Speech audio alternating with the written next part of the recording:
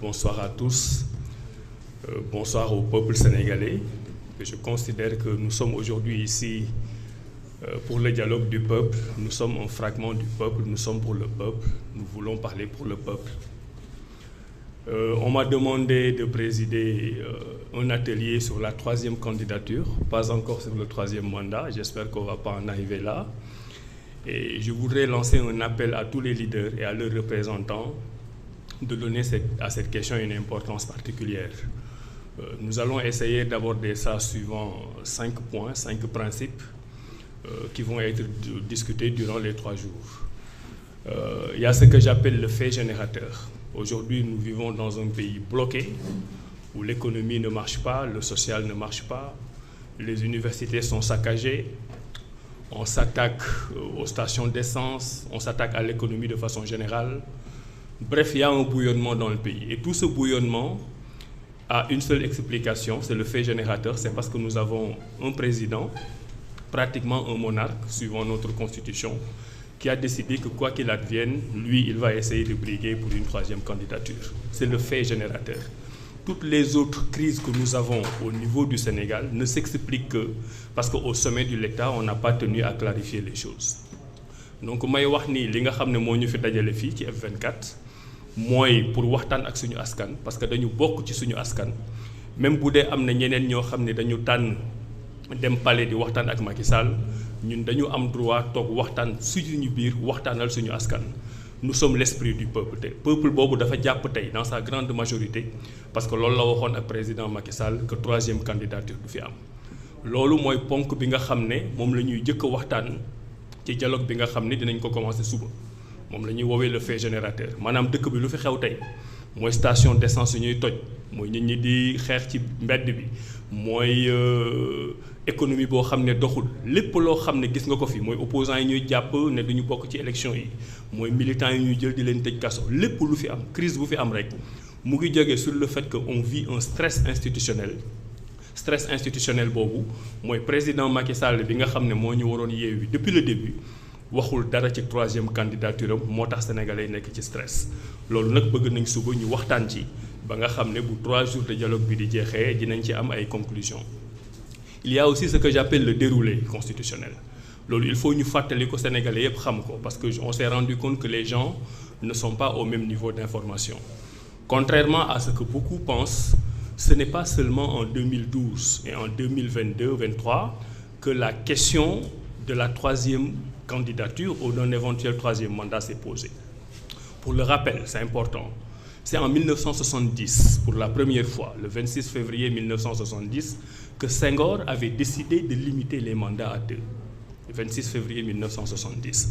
Donc 1970, le Senghor moo jëkk a décidé ne président bu defati ñaari mandat da ngay dem. En 1976, ce verrouillage qu'il avait fait a été déverrouillé. Donc en 1976 li ñu defoon ci constitution bi ne dañ koy benn président du defati lu ëpp ñaari mandat ñu dindi ko. Donc cette séquence-là elle est importante. Premier verrouillage, premier déverrouillage. Bi ñu ñëwee ba 1992, on a encore verrouillé la constitution pour limiter à 2 mandats. C'était le fameux code consensuel, ñu changer constitution bi def ko ci. Donc ce que Senghor avait fait, Abdou Diouf aussi l'a fait en 92. Sauf que Abdou Diouf avant de partir en 1998, il a aussi déverrouillé.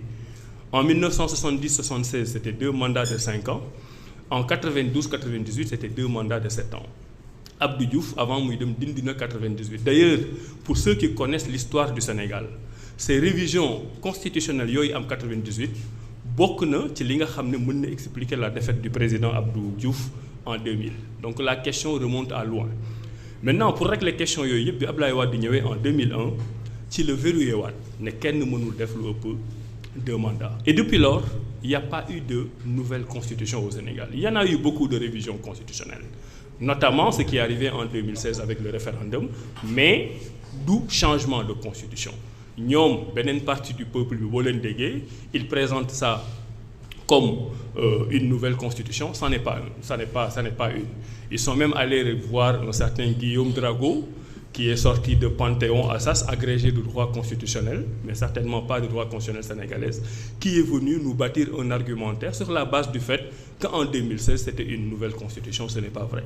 Donc, déroulé boobu ñi di dialoguer ak peuple bi dafa baax ñu xam ko pour wane ne lii du question bu bees te bépp président boo xam ne mës nga ko fi yëngal peuple bi dafay taw xaw jàkkaarloo ak yow ba loolu nga bëgg a def du am.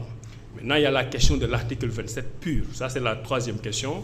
Bon, bëgguma ci dugg parce que dialogue bi dinañ ci waxaat li ma ciy mentionner seulement mooy ñi nga xam ne ñooy nekk ne dañuy dem conseil constitutionnel éventuellement pour conseil constitutionnel wax leen lan la ñuy wax ci article 27 bi mooy ki nga xam ne moom moo bind constitution bi le président de la République Macky Sall en l'occurrence nous autres juristes nous appelons ça un constituant parce qu'il a le pouvoir de proposer une réforme constitutionnelle, d'émettre ses idées et de faire appliquer ses idées.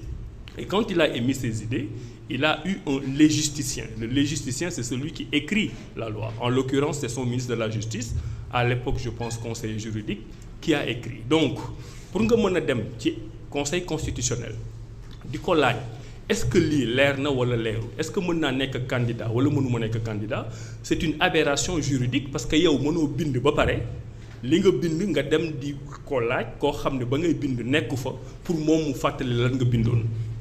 C'est d'un ridicule extraordinaire. Ismaïla Madior Fall va prendre son cartable avec le président Macky Sall. Ils vont aller voir les membres du Conseil constitutionnel et leur demander, vous du Conseil constitutionnel, qui n'étaient pas là quand nous on pensait à cet article 27, rappelez-nous ce que moi, Macky Sall, ce que moi, Ismaïla Madior Fall, nous avions voulu dire.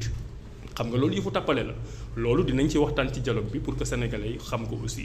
Le quatrième point, c'est ce que j'appelle la parole donnée qui n'est pas censée être du droit, mais qui est du droit et qui est lié au développement que je viens de donner tout à l'heure, parce que c'est le constituant dérivé. C'est le constituant dérivé, le président Macky Sall, qui a été à l'origine de cette constitution. Mais li ëpp solo mooy le 20 mars dernier, il a fait une interview au niveau de la France avec l'Express pour dire que ñëpp xamoon nañ ni en réalité moom am na droit troisième candidature et que le problème juridique est réglé. L'autre jour, quand il ouvrait son dialogue, qui n'est pas le dialogue exclusif du peuple, mais qui est le dialogue du Sénégal des souvenirs, ici je pense que c'est le dialogue du Sénégal des avenirs. Là-bas, c'est le dialogue du Sénégal des souvenirs. Foofu laa ci yem xam ngeen li mu bëgg a wax. Mais même en ouvrant ce dialogue du Sénégal des souvenirs, buruxal na ci quand même benn phrase en disant oui de toute façon ñëpp xam nañu juridiquement la question elle est réglée. La question elle est réglée dans l'autre sens parce que autrement il faut qu'il nous explique bu dee xamoon nañ ne ñoom la façon d'écrire la constitution l'article 27 lui donne droit à une troisième candidature. Pourquoi après référendum bi il a continué à nous dire avec ay nitam que ne amul droit candidature? Pourquoi ils l'ont tous répété sur tous les plateaux de télé?